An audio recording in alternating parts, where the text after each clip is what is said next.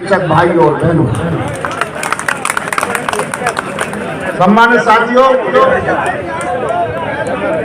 अभी एक नारा लग रहा है बात, एक तरफ बात होती है अध्यक्ष निर्णय लेंगे और दूसरी तरफ सामने से लगातार नारा आ रहा है कि जो सरकार निकलनी है वो सरकार बदलनी है।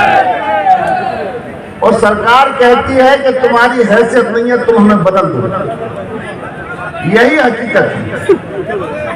मैं जब जाता हूं शासन में और सरकार में और मैं कहता हूं कि 5 साल में आपने शिक्षकों का, कर्मचारियों का शोषण किया है, कर्मचारी और शिक्षक आपसे नाराज हैं, तो सरकार के मंत्री, विधायक, सांसद वो कहते हैं हमसे कोई नाराज नहीं। और वो क्यों कहते हैं? वो दिखाते हैं, फोटोज दिखाते हैं, तस्वीर दिखाते हैं कि जब हम किसी भी क्षेत्र में जाते हैं तो उस क्षेत्र में यदि कोई कर्मचारी नेता और शिक्षक नेता रहता है और उसके गली में सत्ता का कोई विधायक, सांसद, मंत्री पहुंच जाता है तो गली से तो उसको रिसीव करता है, 20 किलो की माला पहनाता है, घर पर काजू नमकीन खिलाता है और कहता है विधायक जी बहुत बढ़िया सरकार चल रही है। उससे नहीं कहता कि तुमने पुरानी पेंशन समाप्त कर दी। इस प्रदेश के कर्मचारी और शिक्षक गिरेबान में झांकिए कि सरकार का ये भ्रम सही है, गलत है। गलत कैसे है? जब 2018 से पहले का लोकसभा चुनाव हुआ, इस प्रदेश का कर्मचारी और शिक्षक मांग करता था ओनली ओपीएस। हमने मिलकर के इस प्रदेश में संगठनों को ला करके एक मंच पुरानी पेंशन बहाली के लिए बनाया। आपने यही इको गार्डन भरा, इतनी भीड़ थी आपकी, लेकिन हाई कोर्ट ने हमारी हड़ताल को रोका और मात्र 15 दिन बाद पार्लियामेंट का चुनाव हुआ।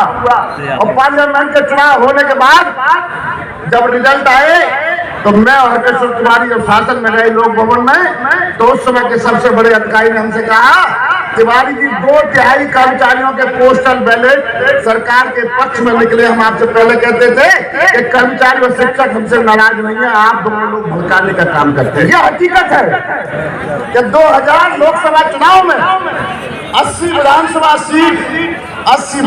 सीट का record election commission of India की साइट पर जाइए और निकाल लीजिए। उत्तर प्रदेश के प्राथमिक शिक्षा संघ के कार्यालय में 80 लोकसभा सीट का पोस्टल बैलेट का एक वोट है और उसका 2/3 वोट उस समय की सरकार के पक्ष में गया है। तो आप मंथन करिए कि आपने वोट पुरानी पेंशन के मुद्दे पर दिया था या जाति धर्म के आधार पर दिया था। पहले होशियार मत बनिए। सरकार के मैं आपसे पूछता हूँ, आपने ब्लॉकों पर धरने दिए, हाथ उठाइए जिसने धरने दिया ब्लॉकों पर। आपने तहसील पर धरने दिए, आपने जिले पर धरने दिए। यदि कर्मचारी हैं तो आज दूसरी बार इस इको गार्डन को भरा है, और यदि शिक्षक हैं तो आप चौथी बार इस इको गार्डन को भर रहे हैं। लोग कहते हैं कि साहब संगठन में दम नहीं रहा। अगर ये भीड़ दम का परिचायक नहीं है तो दम फिर क्या होगा? लेकिन बात आती है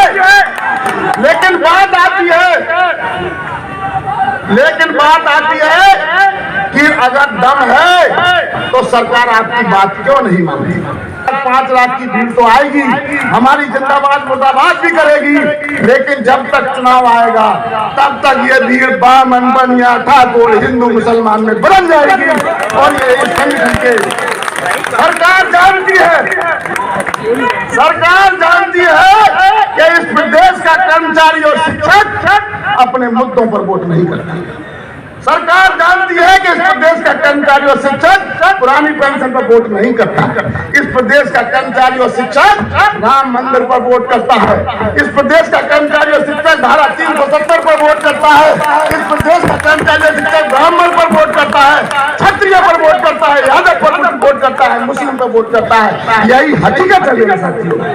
और मेरे मित्रों, मैं आपसे कहना चाहता हूँ कि 1 साल किसान आंदोलन चला।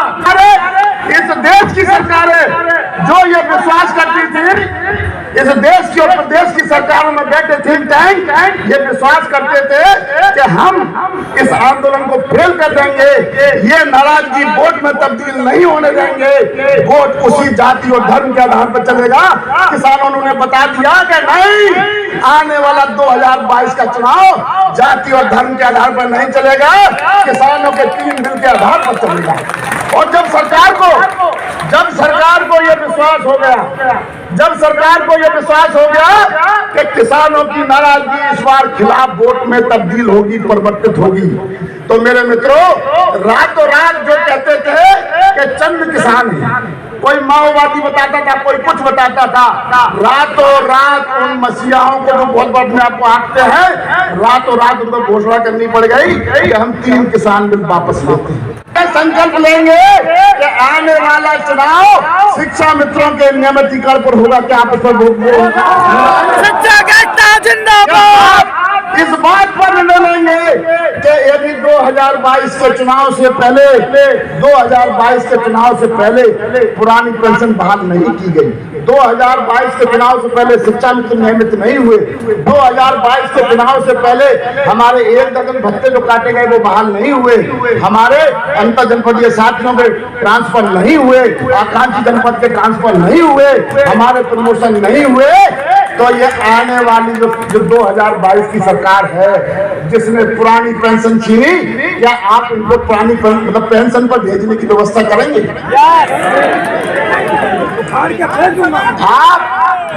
आप अभी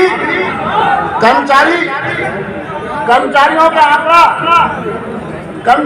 आंकड़ा तिवारी जी और ये त्रिपाठी जी बनने वाले। जब मैंने मांग पत्र बनाया, हमारे तमाम साथियों ने कहा भी अध्यक्ष जी बसे तो प्राथमिक शिक्षा संघ लाएगा, आएंगे तो हम आप दुनिया भर की मांगे को शामिल करते हैं। आप जानते हैं इस प्रदेश के परिषद विद्यालय की बाउंड्री के अंदर कितने लोग काम करते हैं? इस प्रदेश की केवल कभी कर्मचारी की बात नहीं कर रहा हूं मैं, केवल बेसिक शिक्षा परिषदीय विद्यालयों के अंदर जो 5,31,000 बेसिक का टीचर है, 1.5 लाख शिक्षा मित्र है, 29,000 अनुदेशक है, 4,20,000 यहाँ पर आंगनबाड़ी कार्यकर्ती रसोईया हैं, यहाँ पर जो अनुदेशक आंगनबाड़ी रसोईया हमारे सेवानिवृत्त, अगर इन साथियों की संख्या मिला लें तो 16.5 लाख 16.5 लाख परिषदीय विद्यालयों के बाउंड्री के अंदर काम करने वाला व्यक्ति किसी से कहने ना जाए, अगर अपने घर के 5 वोट अपने मुद्दों पर डाल दे तो 80 लाख वोट होता है। और 80 लाख वोट, अगर 80 लाख वोट 403 विधानसभा में बांट जाए तो 20,001 विधानसभा पे आता है। जिस दिन इस प्रदेश के कर्मचारी नेता, मैं दोबारा कह रहा हूं, इस प्रदेश के कर्मचारी और शिक्षक नेता अपने पद का लालच छोड़ करके अपनी ईमानदारी से अपने वोट पर पहले तो खुद चमचागिरी बंद करें सरकार में, अपने पदों के लिए, अपने स्वार्थ के लिए, अपनी सीट बचाने के लिए जो सरकारों की चमचागिरी करते हैं वो गद्दारी करते हैं। संगठन के पदाधिकारी, अभी प्राथमिक शिक्षक संघ पर षड्यंत्र क्या किया गया है आप जानते हैं, और षड्यंत्र होने के बाद तमाम लोगों ने मुझसे कहा कि अध्यक्ष जी क्या आंदोलन होगा? हमने कहा दिनेश चंद्र शर्मा रहे सत्य निष्ठा से अपने मुद्दों पर चर्चा करनी शुरू कर देंगे। जिस दिन इस प्रदेश का कर्मचारी और शिक्षक न जाए जनता में, किसी से मत कहिए सरकार अच्छी है या बुरी है, हम केवल अपने परिवार के वोटों को, क्यों? क्योंकि हमारा अधिकार है। इस संविधान में व्यवस्था आपको वोट की दी गई, और वोट में क्या कहा गया कि यदि आप सरकार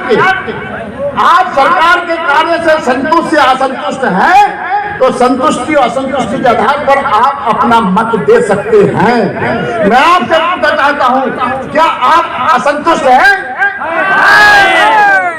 यहाँ कोई संतुष्ट होने वाला भी है?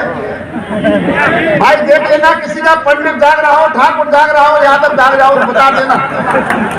आपको शपथ है, आज आपको शपथ है, और मैं गारंटी से कहता हूँ कि जो मैसेज किसानों ने दिया था, अगर इस प्रदेश के कर्मचारियों शिक्षकों ने आज के बाद ये बीड़ा ले लिया कि क्षेत्र में अगर सत्ताधारी दल का कोई भी व्यक्ति जाता है, आपने क्या दिया, पुरानी पेंशन नहीं तो वोट नहीं, गो बैक।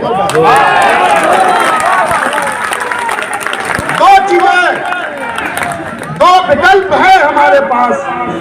हम सरकार को दो विकल्प देते हैं कि या तो एनपीएस गो बैक या सरकार गो बैक। ये सच में कहीं दिखाई दे जाए तो जो सजा आपको आप दोगे ना मंजूर। लेकिन कल भी मैंने कहा था कि मुख्यमंत्री से निचले स्तर की वार्ता हमको स्वीकार नहीं है और पुरानी पेंशन से इतर हमको कोई समझौता मंजूर नहीं है। लेकिन मेरे मित्रों, हमारे लोगों ने कहा, सरकार में बैठे लोगों ने कहा कि अध्यक्ष जी अगर बात नहीं मानी जाएगी, हमारे लोगों ने कहा अध्यक्ष जी बात नहीं मानी जाएगी तो हड़ताल पर जाएंगे। हम क्यों जाएंगे हड़ताल? किसान आंदोलन ने सिद्ध कर दिया कि वोट का डर इनको भी लगता है। बहुत बढ़िया। वोट से ये भी डरते हैं हम ना लाठी खाने जाएंगे, हम ना हड़ताल पर जाएंगे। अभी इनको आचार संहिता का समय है। आचार संहिता से पहले पुरानी पेंशन की बहाली, शिक्षा मित्रों का नियमितीकरण, वित्तहीन शिक्षकों का नियमितीकरण, कर्मचारी शिक्षकों के भत्तों की बहाली, 2200 शिक्षक कस्तूरबा गांधी विद्यालय का निकाल दिया गया है। आज इतनी बड़ी संख्या में रसोइया आए हैं। 1500 रुपए में रसोइयों से काम कराते हैं। और कौन काम कराते हैं? वो आईएएस और सरकार में बैठे वो लोग जो 1500 रुपए का मोजा पहनते हैं, वो 1500 रुपए से काम करते हैं। यदि हमारी मांगों का निराकरण नहीं हुआ तो आने वाले विधानसभा चुनाव में अपने मुद्दों पर वोट करेंगे, जाति धर्म के आधार पर वोट नहीं करेंगे। आप सबने सहमति दी, आप सबने सहमति दी, आपका धन्यवाद। और मैं आपसे कहना चाहता हूं कि अगर आपने मुद्दों पर वोट कर दिया तो राजनीतिक दलों की आने वाली पीढ़ियां सबक ले लेंगी कि कर्मचारियों शिक्षकों को इग्नोर करके सत्ता में नहीं रह सकते।